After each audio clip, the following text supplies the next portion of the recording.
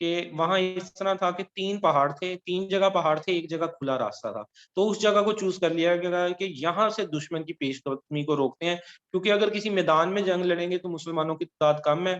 پہاڑوں پہ ہے 3 جگہ، پہاڑوں پہ تیر کمان لے کے جو ہے وہ صحابہ کرام وہ نشانہ لگا لیں گے اور ہمیں برتری حاصل ہو جائے گی، کیونکہ جو اوپر موجود ہوتا ہے جنگ میں اس کو برتری ہوتا ہے، وہ نشانہ اچھے سے بنا سکتا ہے، جو نیچے لوگ موجود ہوں ان کا نشانہ ٹھیک سے نہیں لگتا، اور جو راستہ ہوگا مین وہاں پہ زیادہ تعداد میں صحابہ کرام موجود ہوں گے جو ہے روکنے کے لیے، ڈیفینس کرنے کے لیے۔ تو یہ ڈیفینس بھی تھا بیسیکلی۔ تو لیڈرشپ کے حوالے سے میں یہ بتا رہا تھا کہ اس کے اندر تاکید کی تھی حضرت محمد صلی اللہ علیہ وسلم نے کہ جب تک میں آپ صحابہ کو نہ کہوں تو آپ لوگوں نے یہ اپنے جو جگہ ہے وہ نہیں چھوڑنی۔ اس میں شروع میں ایسا ہوا کہ مسلمانوں کو برتری حاصل ہوگی کفار مکہ پہ، اور کفار اپنا سامان چھوڑ کے بھاگ نکلے۔ اب مسلمانوں نے تھوڑی دیر ویٹ کیا صحابہ کرام نے، اور اس کے بعد نا وہ مال غنیمت اکٹھا کرنے کے لیے پہاڑوں سے نیچے آ گئے۔ اب وہ جب نیچے آئے تو اس جنگ میں جو کفار کے لیڈر تھے وہ خالد بن ولید تھے، اس وقت تک وہ مسلمان نہیں ہوئے تھے، وہ بہت اچھے ایک مطلب جنگجو تھے، انہوں نے یہ چیز دیکھ لی اور وہ دوبارہ انہوں نے حملہ کر دیا۔ تو اس موقع پر مسلمانوں کے جو پاؤں ہیں وہ تھوڑے سے لڑکھڑا گئے۔ ایسے موقع پر جو ہے نا حضرت محمد صلی اللہ علیہ وسلم پھر خود آگے بڑھے تھے تلوار لے کے، اور مسلمانوں کو باقی سب کو پھر حوصلہ ہوا کہ ہمارے لیڈر ہمارے ساتھ ہیں، اور پھر آپ نے مقابلہ کیا تھا۔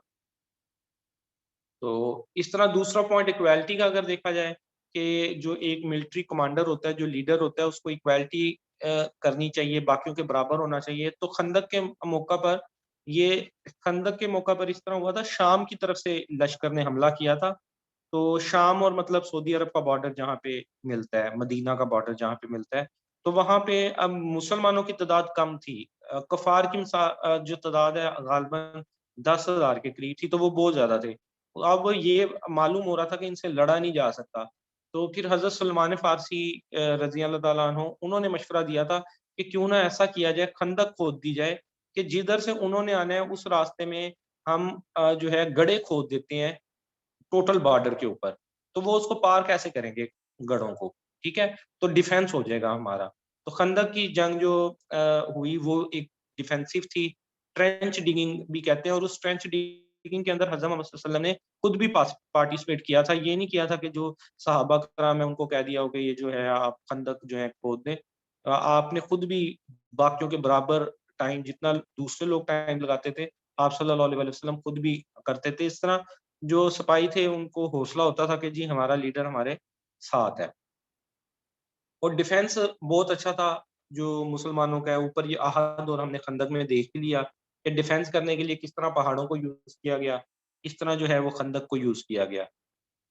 پروڈنس کے اندر کہ آپ صلی اللہ علیہ وسلم کی جو دور اندیشی ہے، اس کے موقع پہ دور اندیشی کے لیے حدیبیہ والا معاملہ ہم نے دیکھا کہ یہاں سے جب مسلمان جا رہے تھے عمرہ کرنے، تو حدیبیہ ایک میدان ہے، ادھر روک لیا کفار مکہ نے۔ مسلمان 1400 مسلمان تھے اور وہ بیسیکلی جا رہے تھے وہاں پہ عمرہ کرنے، لیکن انہوں نے ان کو روک لیا، اور وہاں پہ پھر ایک معاہدہ تشکیل پایا تھا جسے صلح حدیبیہ کہتے ہیں، اور صلح حدیبیہ کو فتح مبین بھی کہتے ہیں، قرآن مجید میں اس کو فتح مبین کے نام سے پکارا گیا ہے کہ یہ بہترین ایک فیصلہ کیا آپ صلی اللہ علیہ وسلم نے، جو عام لوگوں کو اس وقت سمجھ میں نہیں آیا۔ عام لوگوں سے مراد جو صحابہ کرام اس وقت موجود تھے، آپ صلی اللہ علیہ وسلم تو ان سے سپیریئر تھے، تو ان کو اتنی دور اندیشی سمجھ آئی۔ اس کے علاوہ انٹیلیجنس سروسز جو ہیں وہ صحابہ کرام دیتے تھے، اور کچھ صحابہ کرام دوسرے ایریا میں چلے جاتے تھے، کچھ پیچھے موجود رہ جاتے تھے جہاں پہ مدینہ کے لوگ ہوتے تھے، کچھ کو بھیج دیا جاتا تھا مکہ میں تاکہ انٹیلیجنس سروس جو ہے وہ کی جا سکے۔ اس کے علاوہ انٹیلیجنس کے حوالے سے ایک اور بڑا واقعہ جو ہے وہ مشہور ہے۔ ایک جنگ میں کیا ہوا کہ دشمنوں سے جنگ ہونی تھی، تو ایک دشمن کو پکڑا گیا، اب اندازہ نہیں تھا کہ دوسری طرف دشمن کتنے ہیں، تو اس شخص سے پوچھا گیا کہ تمہارا لشکر جو ہے وہ کتنا بڑا ہے نا، تو اس بندے نے کہا مجھے نہیں اس چیز کا اندازہ کہ کتنا بڑا ہے، میں اس چیز سے واقف نہیں ہوں، مجھے تو بس انہوں نے لڑائی میں شامل کر لیا ہے۔ تو پھر آپ صلی اللہ علیہ وسلم نے پوچھا اچھا یہ نہیں پتا تو یہ بتاؤ کہ تمہارا کھانا کتنا پکتا ہے، چلیں اس بات سے اندازہ لگا لیتے ہیں نا کہ کھانا کتنے لوگوں کا پکتا ہے۔ اس نے کہا جہاں پہ کچن اور کھانا شانا پکتا ہے مجھے اس کا بھی اندازہ نہیں ہے کہ کتنا پکتا ہے۔ تو آپ نے کہا آپ کو پھر اس جگہ کا پتہ ہے کھانے میں کھاتے کیا، اس نے بتایا غالباً کہ اونٹ کا گوشت پکتا ہے۔ تو آپ نے کہا یہ پتہ ہے آپ کو کہ جہاں اونٹ ذبح ہوتے ہیں ٹوٹل اونٹ کتنے ذبح ہوتے ہیں؟ اس نے کہا ہاں جی یہ مجھے پتہ ہے کہ جو ہے وہ اتنے اونٹ ذبح ہوتے ہیں، 10 غالباً اس نے کہا، تو اس کے حساب سے آپ صلی اللہ علیہ وسلم نے اندازہ لگا لیا کہ 10 اونٹ اگر ذبح ہوتے ہیں تو اتنے لوگ کھانا کھا سکتے ہیں۔ تو یہ انٹیلیجنس کی ایک مثال تھی کہ جو ہے فوری طور پہ اگلے کا اندازہ لگا لینا کہ کتنا جو ہے وہ اگلے میں دم خم موجود ہے۔ اس کے علاوہ انٹیلیجنس کے اندر ایک یہ بھی آ جاتا ہے کہ اگلے جو دشمن ہے اس کو ذہنی پستی دینا، ٹھیک ہے؟ تو ذہنی پستی کس طرح؟ وہ اس طرح کے جنگ ہو رہی ہے، اب دوسروں کو نہیں پتا کہ آپ کے پاس کتنے لوگ موجود ہیں، یا ایک جنگ میں اس طرح ہوا کہ آپ صلی اللہ علیہ وسلم قافلے کے ساتھ جا رہے تھے، ایک جگہ پہ پڑاؤ ڈالا کھانے کے لیے، تو آپ صلی اللہ علیہ وسلم نے کہا کہ کھانا تم نے ایک جگہ نہیں پکانا، کھانا 3-4 جگہ پہ تم نے پکانا ہے، ٹھیک ہے؟ کھانا 3-4 جگہ پہ پکانے سے کیا ہوگا؟ اس سے یہ ہوگا کھانا پکائیں گے تو اس سے دھواں اٹھے گا، جو دوسرا لشکر ہے وہ جتنی بھی دور موجود ہے، وہ جب لشکر دیکھے گا کہ یہ دھواں اٹھ رہا ہے، 3-4 جگہ سے دھواں اٹھے گا تو اس کو یہ لگے گا کہ کوئی بہت بڑی فوج موجود ہے، ٹھیک ہے؟ تو ایون کہتے ہیں کہ اس جنگ کے اندر وہ پھر واپس مڑ گئے تھے جو ہے نا کفار مکہ کے، یہ تو لشکر بہت زیادہ ہے، ہمیں نقصان پہنچ جائے گا یہ چیز دیکھتے ہوئے نا۔ تو اب اس کے اندر ہم نے کچھ مطلب دیکھ لی، جنگوں کو دیکھ لیا، آہد کو دیکھ لیا، خندق کو دیکھ لیا، حدیبیہ کو جو ہے وہ دیکھ لیا، ٹھیک ہے؟ اور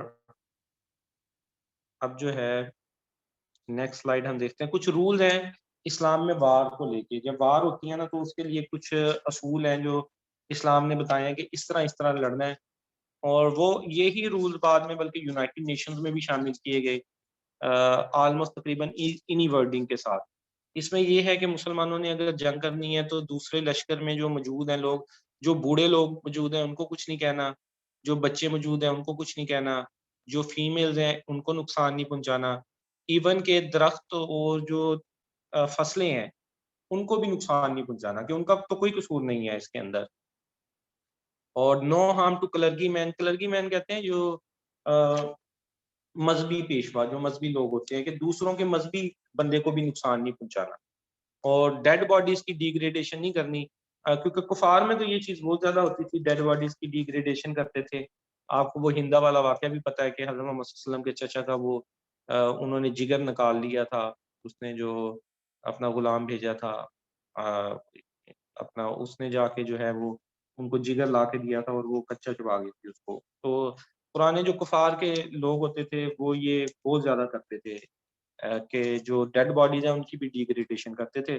لیکن اسلام نے جو ہے یہ رولز کچھ طے کر دیے کہ جنگ کے یہ اصول ہوں گے کہ بوڑھوں کو کچھ نہیں کہنا، بچوں کو کچھ نہیں کہنا، فیمیلز کو کچھ نہیں کہنا، درختوں اور فصلوں کو کچھ نہیں کہنا، مذہبی پیشوا کلرگی مین، مذہبی پیشوا جو ان کے ہوں گے ان کو کچھ نہیں کہنا، اور جو لوگ اس میں ڈیتھ ہو گئی جن نوجوان لوگوں کی، ان کی جو ہے وہ ان کو بھی نہیں، یہ بلکہ مطلب پراپر ایک حدیث ہے جس میں سے یہ پوائنٹ نکالے گئے ہیں نا، کہ اس کا مفہوم یہ ہے کہ سیدھے راستے سے تم نے نہیں ہٹنا، کسی کو دھوکہ نہیں دینا، مردہ جسموں کی بے حرمتی نہیں کرنی۔ یا آپ صلی اللہ علیہ وسلم نے مطلب جو ہے وہ حکم دیا تھا صحابہ کرام کو، اور کہا تھا کہ بچوں، عورتوں اور بوڑھوں کو قتل نہ کیا جائے، درختوں کو نقصان نہ پہنچایا جائے، پادریوں کو نقصان نہ پہنچایا جائے، اور خاص کر پھلدار درختوں کو تو بالکل نقصان نہ پہنچایا جائے کیونکہ وہ خوراک کا ذریعہ ہے۔ تو یہ کچھ پوائنٹ ہو گئے کہ اسلام میں رولز کیا ہیں، حضرت محمد صلی اللہ علیہ وسلم کی ہم نے بہادری دیکھ لی، کچھ ہم نے جو ہیں وہ دیکھ لیے اپنا جنگیں کے یکم سے لے کے جو ہے 10 ہجری تک کون کون سے جو ہیں غزوات پیش آئے۔ تو اس کے بعد جو ہے ہم کچھ امپورٹنٹ ڈیٹس دیکھ لیتے ہیں جو پیپر کے حوالے سے کافی اہم ہے، یہ پیپر میں اکثر رپیٹ ہو جاتی ہیں ڈیٹس میں سے، وہ یہی انہی میں سے پوچھتے ہیں کہ یکم ہجری کو کیا ہوا؟ میثاق مدینہ، یہ یکم سے لے کے مطلب 10 ہجری تک ہم دیکھ سکتے ہیں نا اس چیز کو۔ میثاق مدینہ ہوئی، میثاق مدینہ میں نے آپ کو بتایا تھا کہ چارٹر ہے پہلا، دستور ہے، پہلا قانون دنیا کا جو ہے وہ میثاق مدینہ کو کہا جاتا ہے اسلام کے حوالے سے۔ اور اگر انگریز کہیں گے تو وہ کس کو کہیں گے؟ کل میں نے آپ کو بتایا تھا کہ پہلا دستور کون سا ہے اگر انگریز اپنے حساب سے مانے تو۔ اور 2 ہجری میں زکوٰۃ فرض ہوئی، نماز فرض ہوئی، روزہ فرض ہوا، قبلہ چینج کا حکم آیا۔ وہ جی کہیں گے میگنا کارٹا کو، میگنا کارٹا کو وہ کہتے ہیں 1215 میں وہ انہوں نے ایک قانون بنایا تھا، وہ اس کو کنسیڈر کرتے ہیں. ہاں جی میگنا کارٹا، آر بھی ڈالنے. تو اچھا 2 ہجری میں زکوٰۃ فرض ہوئی، نماز فرض ہوئی، روزہ فرض ہوا، یہ 3 چیزیں دیکھیں یہاں فرض ہو رہی ہیں. اور قبلہ چینج کا حکم آیا. قبلہ چینج آپ کو پتا ہوگا، یہ مسجد قبلہ تین، ایک مسجد ہے مسجد قبلہ تین مدینہ منورہ میں، اس میں آپ صلی اللہ علیہ وسلم نماز پڑھا رہے تھے، امامت کر رہے تھے، اور نماز کے درمیان ہی حکم آ گیا تھا کہ قبلہ چینج کریں. پہلے ہمارا جو قبلہ وہ بیت المقدس ہوتا تھا جو فلسطین کے اندر ہے. جو 2 ہجری میں ہی معراج ہوئی. چلیں یہ بھی ایک بلکہ پوائنٹ ایڈ کر لیں، جیسے یہ بتا رہے ہیں کہ زیادہ یہ دیکھیں واقعات جو ہے نا 2 ہجری کے اندر ہی ہو رہے ہیں. 4-5 واقعات تو جو ہیں وہ 2 ہجری میں ہو رہے ہیں. اس کے علاوہ اگر جنگ کا بھی لگا لیں تو جو غزوہ احد ہے وہ بھی 2 ہجری میں ہو رہا ہے. ٹھیک ہے. اس کے بعد جوا حرام قرار دیا گیا 4 ہجری کے اندر، جوے کو جو حرام قرار دیا گیا وہ یہ امن میوٹ کر دینا یہ عظما کو.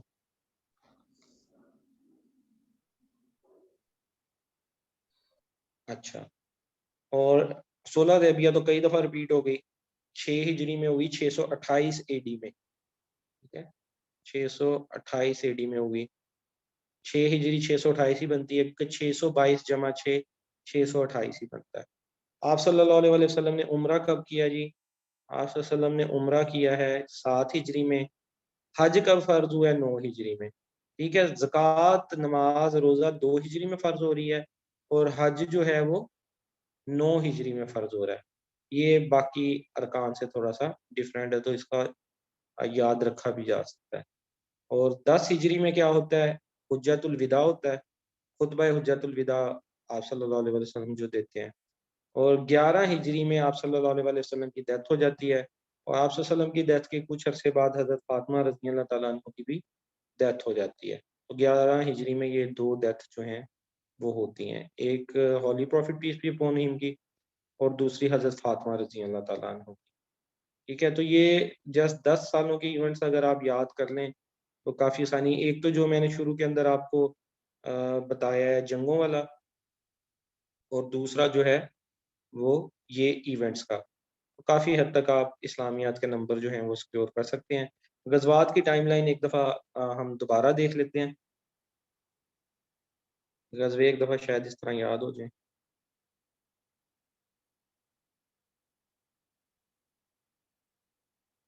ابوا کب ہوتا ہے جی؟ 1 ہجری میں.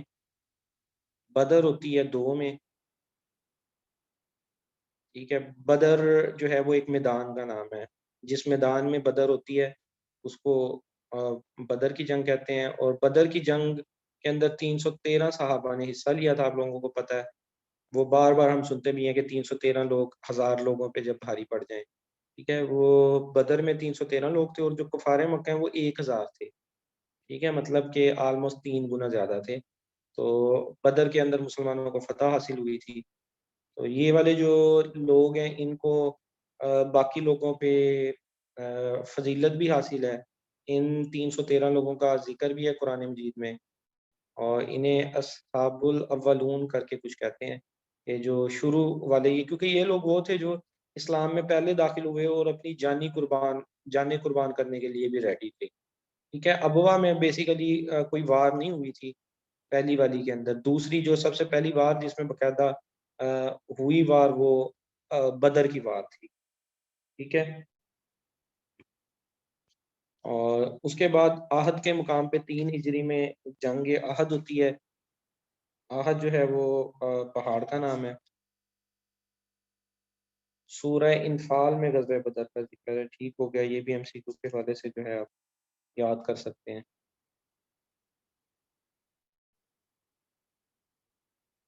اور کتنے کتنے لوگ جو ہیں مسلمانوں کے کتنے لوگ شہید ہوئے تھے بدر میں، اور جو وہ تھے کفار مکہ ان کے کتنے ہوئے تھے؟ پتہ ہے کسی کو؟ ہاں بالکل 14 اور جو ہے 70. مسلمانوں کے جو ہیں وہ 14 صحابہ جو ہیں وہ شہید ہوئے تھے. اور جو کفار مکہ ہیں ان کے 70 لوگ جو ہیں وہ مارے گئے تھے. ٹھیک ہے. اس کے بعد یہ آہد 3 میں ہو گئی، رجیہ 4 میں، خندق 5 میں، حدیبیہ 6 میں، خیبر 7 میں جب وہ خیبر کو فتح کیا گیا تھا اور وہ دروازہ کوئی نہیں کھول سکتا تھا تو کس نے کھولا تھا بھلا؟ حضرت علی رضی اللہ تعالیٰ عنہ نے. اور مکہ جو ہے وہ 8 AH میں ہوتی ہے، 8 ہجری کے اندر ہوتی ہے. اور جب مکہ فتح ہو جاتا ہے، مکہ کے اندر بھی بیسیکلی لڑائی کوئی نہیں ہوئی تھی. یہ مکہ فتح مکہ جو ہے نا وہ بھی بغیر لڑائی کے ہی حل ہو گیا تھا.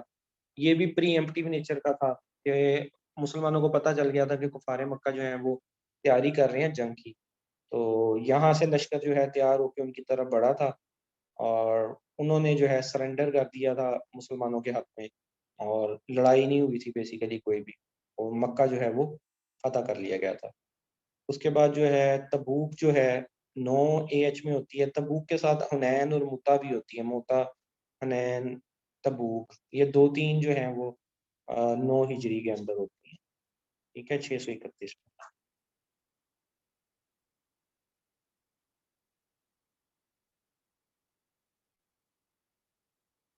تو یہ ہو گیا.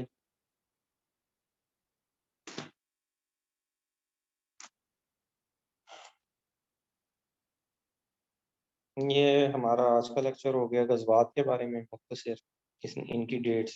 کوئی کویشچن وغیرہ ہو تو پوچھ سکتے ہیں آپ.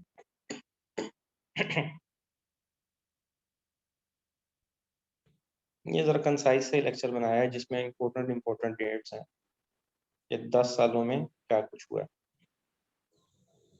امید ہے ان میں سے 1-2 نمبروں کا رپیٹ ہو جائے گا. کچھ آپ وہ بھی یاد کر لینا پیغمبروں کے نام کہ کن کن نام سے انہیں جو ہے وہ بلایا جاتا ہے.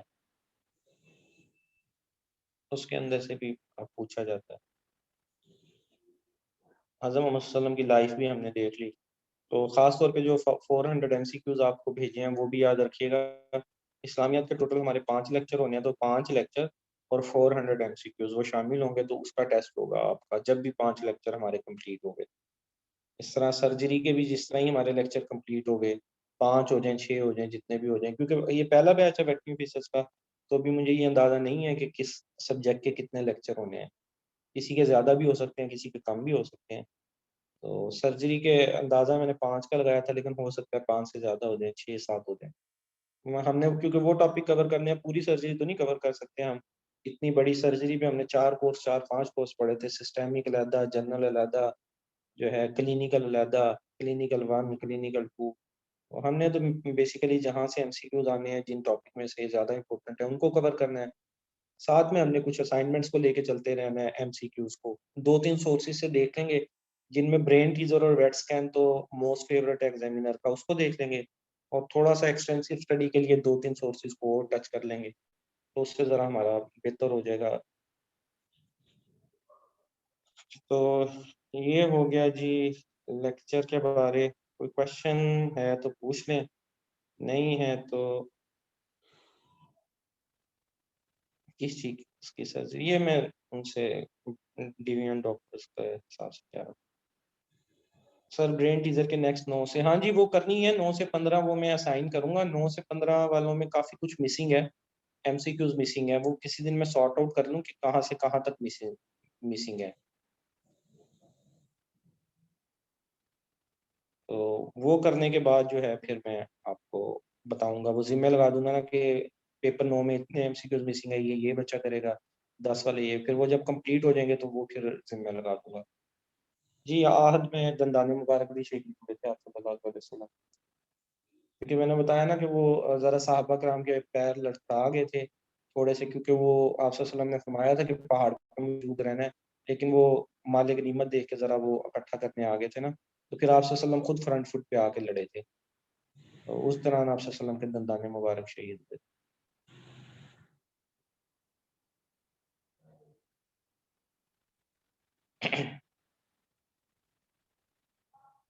اچھا، جو نیو اسٹوڈنٹ ہیں ان میں سے کون کون نمبر ہیں؟ سہرش موجود ہیں، اور ایک اور کون سی تھی؟ اکثر ہیں، ہاں اکثر موجود ہے۔ ٹھیک ہو گیا، چلیں ٹھیک ہے، یہ اینڈ کرتا ہوں میٹنگ۔ کوئی کوشچن وغیرہ گروپ میں بھی ہو تو گروپ میں پوچھ لیا کریں، یہاں پہ کوشچن کا ذرا کم ہی ٹائم ہوتا ہے ہمارے پاس، 40 منٹ کا پتہ نہیں چلتا، تو کوشچن آپ گروپ میں سارا دن ہی اوپن ہوتا ہے، پوچھ سکتے ہیں وہاں پہ، ڈسکشنز وغیرہ بھی کر سکتے ہیں، کوئی پرابلم وغیرہ آ رہی ہو تو وہ بھی پوچھ سکتے ہیں۔ چلیں ٹھیک ہے جی، اللہ حافظ۔